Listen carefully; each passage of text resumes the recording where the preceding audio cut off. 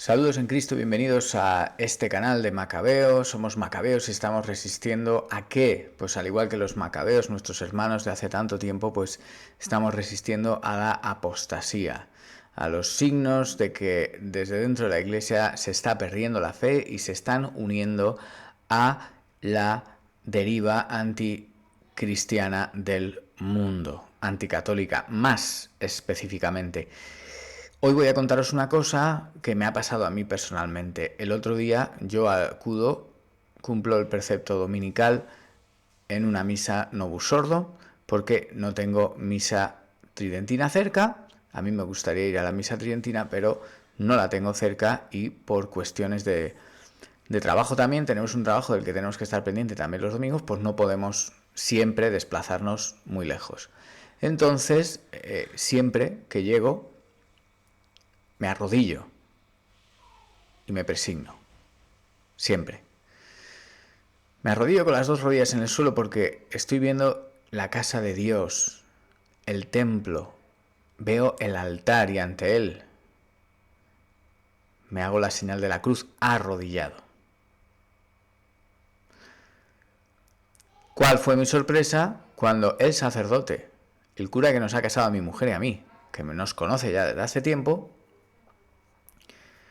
delante de todo el mundo, porque faltaban unos minutos para la misa, él andaba por el templo dando vueltas, preparando cosas, me llama y me llama la atención por arrodillarme.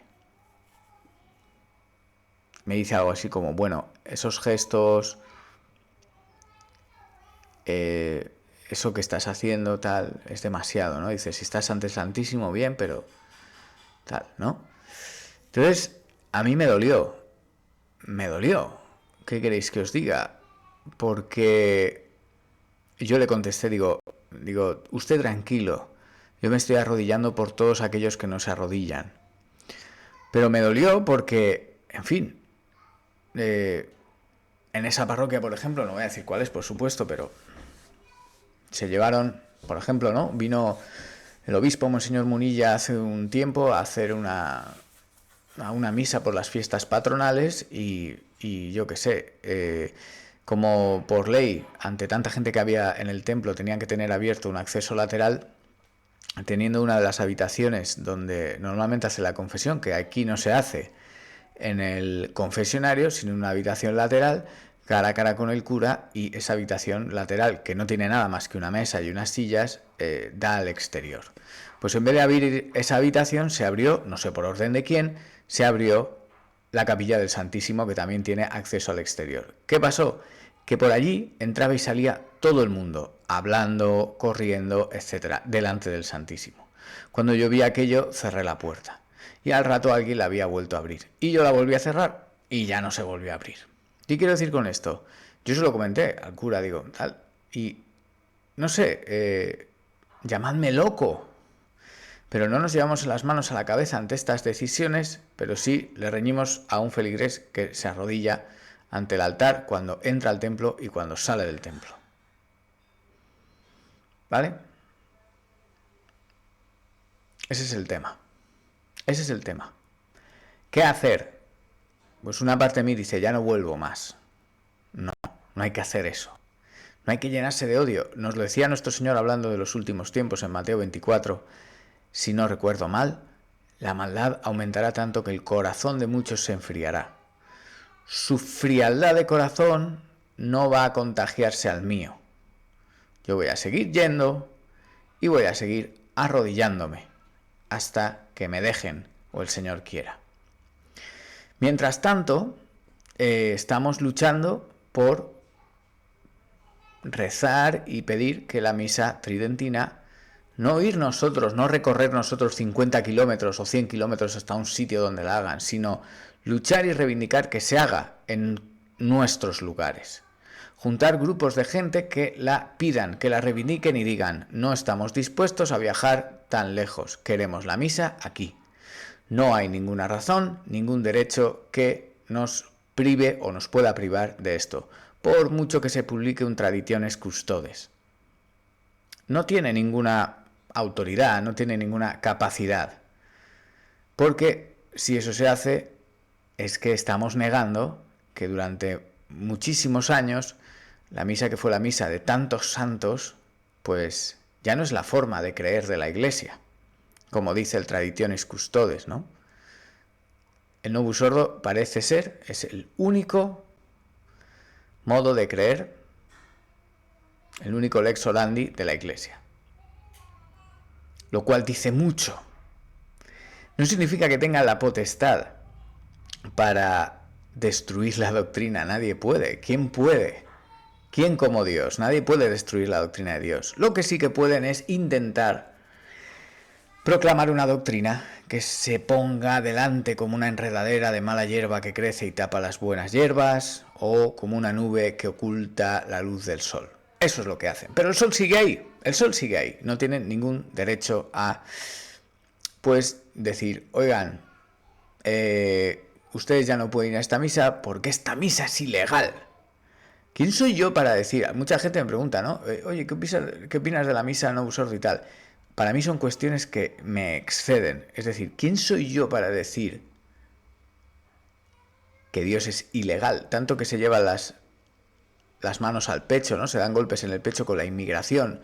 No digamos que nadie es ilegal, por favor, porque nuestro Señor también fue un fugitivo, etcétera, etcétera, etcétera. Entonces, ¿quién soy yo para decir que hay un rito que ha sido durante miles de años el rito de la Iglesia, en donde se ha producido y se produce la transustanciación, por lo tanto está el Señor? ¿Quién soy yo para decir que ese rito de repente es ilegal? ¿Y quién es el Papa para decirlo? No es nadie, no tiene una autoridad suprema en el sentido de que puede hacer y deshacer lo que Dios ha querido que se estableciera. Su autoridad está por debajo de la de Dios. Por lo tanto, ¿quién soy yo también para decir que en las misas Novus Ordo no hay consagración? Tampoco voy a ser yo quien lo diga, ¿vale? ¿Quién soy yo para decir aquí sí y aquí no está Dios? Desde luego, la misa antigua, tenemos la garantía de que es así, porque la han vivido tantos santos, ha sostenido la fe de la Iglesia durante tanto tiempo, que no cabe ninguna duda absurda. O sea, no hay excusa. Si me quieres poner que hay una excusa para reformar, que ya me parece, o sea, a mí, si me preguntas a mí, yo te digo que en la misa Novus Ordo está el Señor. Porque las palabras siguen siendo exactamente las mismas. La intención, yo no sé juzgarla. ¿Entendemos? O sea, salía la monja esta, ¿no? La chísica, como se llame, de Nicaragua, diciendo que, pero ¿desde cuándo la presencia del Señor en la transustanciación es el momento del sacrificio de la cruz? Desde siempre. Esa es la intención. Ahora bien, si vemos casos como los de esta monja, que es un clérigo, bueno, una religiosa, perdón, en la Iglesia, no tiene capaz de consagrar. Pero ¿cuántos sacerdotes estarán pensando como esta monja? Viendo lo que estamos viendo al padre este, como se llame, francés, jugando con los vasos sagrados, etcétera. Viendo cómo aquel sacerdote celebra misa en una colchoneta en la playa, viendo cómo aquel añade cosas después a las palabras de la consagración, ¿no? Este cura en España, que lo puse aquí en este canal hace poco. O sea, tengo yo la oportunidad de dudar de la intención, porque estoy viendo todo eso, que son escarnios públicos que llegan a mucha gente, y la jerarquía no hace nada. No hace nada. No hace nada. Nada. Publican una nota tal, pero no les preocupa decir, vamos a ver, ¿este tío tiene la intención realmente de consagrar? O sea, de que está ahí realmente el Señor, porque entonces muy probablemente no te pones a hacer la misa en una colchoneta de playa. ¿Y si se caen las formas al agua? O el sacerdote este italiano vestido con un maillot de ciclista, con una estola LGTB, celebrando en el campo, y se le vuelan las formas consagradas, se caen al suelo y dice, Jesús ha volado, riéndose. Es diabólico, porque ¿hay intención o no hay intención de consagrar? Tenemos que llegar a ver una serie de comportamientos a los que no se les pone freno y la culpa es vuestra, jerarcas de la Iglesia. Y no podemos dudar de la intención de esa gente, porque fijaos, dudar de la intención de si están consagrando o no es pensar incluso mejor de lo que cabría pensar. ¿Por qué? Porque fijaos, el sacerdote ciclista que se le cayeron las formas consagradas al suelo, yo creo que sí tenía intención de consagrar, porque dijo, Jesús ha volado, es decir, él cree que Jesús está ahí. Pero eso es peor todavía, ¿por qué? Porque creyendo, sabiendo que Jesús está ahí, se permite bromear, se permite no haber tomado las precauciones necesarias para hacer ese acto supremo. Por eso uno piensa que el concepto de sacrificio, y son pruebas a las que me remito, pues se ha cambiado, ¿no? Entonces, en fin, es absurdo. Dudo de la intención, pero en estos casos, en otros, tampoco la puedo saber, porque se siguen las rúbricas un poco como manda el canon. Pues yo ahí, la verdad es que, ¿qué hago? ¿Dudo? ¿No dudo? Ahora bien, veo cosas como que en mi parroquia abren la puerta del Santísimo, no sé quién lo hizo, no sé si lo hizo el sacerdote o quién, pero pasaba la gente paseando ahí delante del Santísimo. Dudo de la intención de que me riñan por arrodillarme ante el altar. Lo digo porque son cosas que antes no pasaban. Hay gente como Cristian Huerta que se empeña en decir, ¿no? Claro que hay modernistas, que juegan, que tergiversan, bla, bla, bla. Pero luego dice, pero ¿y los tradicionalistas? Y el otro día ponía unos signos de alguien vomitando, ¿no? Como que todavía son peores. ¿Vale? Está tildando al movimiento tradicional, que al final es el movimiento católico, porque esto no es tradicional y modernista, no. El modernista no es católico. No es católico, ¿vale? El modernismo está condenado. Habría que ver en qué punto cada uno defiende ese modernismo. Si es por ignorancia culpa invencible o por lo que sea, ¿vale? Pero en todo caso tenemos el derecho de contestar, de resistir, de denunciar todo ese modernismo. Independientemente de que no sepamos la motivación última del que lo está profesando, ¿no? O expandiendo o predicando. A lo mejor en el seminario ya lo formaron así. Es posible, llevamos 100 años de modernismo. Es posible que ya hayan generaciones que desde el seminario estén así. ¿Vale? Pero bueno, hoy también tenemos toda la información que hay en Internet. Tenemos al alcance de la mano más información que nunca. Y podemos mirar, cualquiera que tenga un poco de tino, decir, oiga, en 2000 años de la Iglesia esto no se hacía y ahora se hace. Si hubiera pasado lo del cura celebrando la colchoneta, lo del cura ciclista con estola LGTB que se le caen las formas al suelo, lo del cura DJ haciendo vídeos también de borrachos con los cálices, si hubiera pasado, ¿no? Saliendo una monja como Sor Lucía Caram diciendo en un programa de televisión nacional, ¿no? Que no pasa nada, que María no era virgen y tal, y no le pasa nada. Si sale alguien tan mediática como esta monja chísica, ¿no? Diciendo que la misa no es el momento del sacrificio. Si sale curas como ese Medani, ¿no? Diciendo todas estas barbaridades, o James Martin y tal, si todos esos hubieran salido hace 200 años, ¿qué les hubiera pasado? Tú lo sabes, yo lo sé. Y sin embargo, en un Traditiones Custodes te sacan que el lex orandi de la Iglesia es solamente el novus sordo. Bien, pues si el novus sordo encierra todo esto, cosas que antes de haber pasado y mucho menores hubieran conllevado unas penas terribles para aquellos que lo hicieran, es que ellos mismos están diciendo que no tienen la misma fe. Por sus frutos los conoceréis. Frutos de apostasía. Tanto los que de base lo hacen, que, repito, habrá algunos que lo harán con conocimiento de que están haciendo mal. Habrá otros que desde el seminario los han formado así. Yo no lo sé, pero lo hacen y está mal. Como de una jerarquía dormida que no hace absolutamente nada. O se limita a escribir una cartita y tal.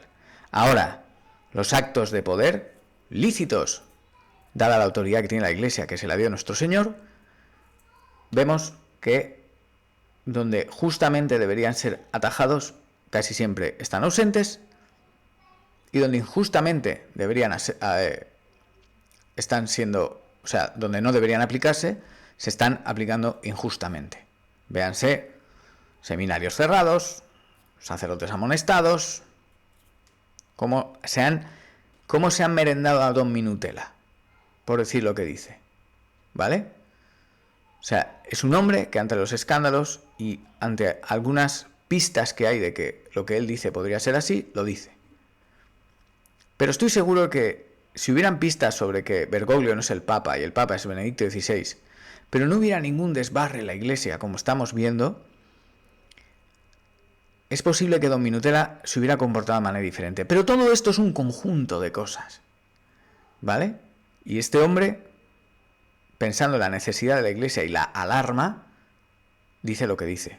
Repito, todos estos ejemplos se han quedado sin una pena que mereciera lo que está diciendo. Sin embargo, a gente como Don Minutela, que es alguien que actúa horrorizado ante todo esto y haciendo uso de, oye, hay aquí unos argumentos que deberían revisarse en base a todo lo que está viendo, de que este hombre no es papa, pues se le hace pues una damnatio memoriam vida, como se diga, ¿no? Se le condena al ostracismo, se le excomulga, lo que haga falta. Se manda a callar al padre Rivas, se manda a callar al padre Raúl Sánchez, etc. Se defenestra a... YouTube defenestra también a varios, como los franciscanos de la Inmaculada. Se me ha olvidado este hombre, el nombre. Bueno, da igual. Bueno, pues eso. ¿Vale? Está pasando todo eso. Y el cura de mi parroquia me riñe por arrodillarme cuando entro al templo y santiguarme. Lo hace porque cree que es uno escrupuloso, puede ser. Pero chico, más te da que alguien se arrodille y se santigüe, cayendo la que está cayendo. Una cosa buena que tienen los curas de barrio es que no se enteran de lo que pasa, porque son gente mayor en general y no miran las redes sociales. ¿Vale? Eso es también una ventaja, porque no se leen tampoco ni los documentos del Papa. Entonces, bien, porque por ese lado muchas veces no se enteran ni de la apostasía, porque tal. Pero el espíritu de tibieza sigue rondándoles igualmente, porque Satanás lo sabe. Satanás lo sabe, dice, bueno, este hombre no ve las noticias y tal, no se ha inmiscuido en los asuntos o la propaganda del Papa, porque no lee ni los documentos del Papa, cosa que deberíamos hacer, pero bien, está bien, gracias a Dios, mira, por ahí bien. Pero Satanás no se queda conforme, Satanás va a coger a sus, aunque sea, si no puede por la propaganda y tal, mirará un espíritu suyo que ronde a ese sacerdote, pum, pum. Por eso yo no me voy a enfadar, aunque me duele, voy a seguir yendo, voy a seguir haciéndolo y voy a rezar por esos sacerdotes. Ahora bien, estamos en nuestro legítimo derecho de pedir, trabajar, rezar y exigir de que la misa tradicional no se haga en un sitio y acudamos todos desde largas distancias, no, se haga en todos los sitios donde haya gente que la pida. Para que se den cuenta que son más sitios. Si nos conformamos con que pongan una misa tradicional una vez al mes, como ha pasado en Alicante, y vamos todos, así nos tienen contentos. No, lo que hay que hacer es decir, bueno, pues esa misa una vez al mes para Alicante, para los de Alicante. Pero es que están los de Yecla que... los de Orihuela que quieren otra. Yo qué sé, o en Elche quieren otra. Y no quieren irse hasta Alicante. Pues eso hay que hacer. ¿Por qué? Porque estamos en nuestro derecho y no hay ninguna fuerza autoritaria que pueda hablar lo contrario. No la hay, porque aunque lo haga, está haciéndolo injustamente. Si Francisco dice, los obispos alemanes deben callarse, disuelvo este sínodo, esto no tiene sentido, eso es una orden de autoridad justa, porque los obispos están yendo en contra de la doctrina de la Iglesia. Si te dice que la misa tradicional ya no es el lex orandi, ¿no?, de la Iglesia, eso no tiene ningún valor. ¿Por qué? Porque es mentira. ¿Vale? Dios no le ha dado la autoridad para decir mentiras y hacer las mentiras ley. Solo las obedecen los que están dispuestos y no tienen amor por la verdad. Y ya está. Y esto es así. Pues hay que seguir. Cuidado.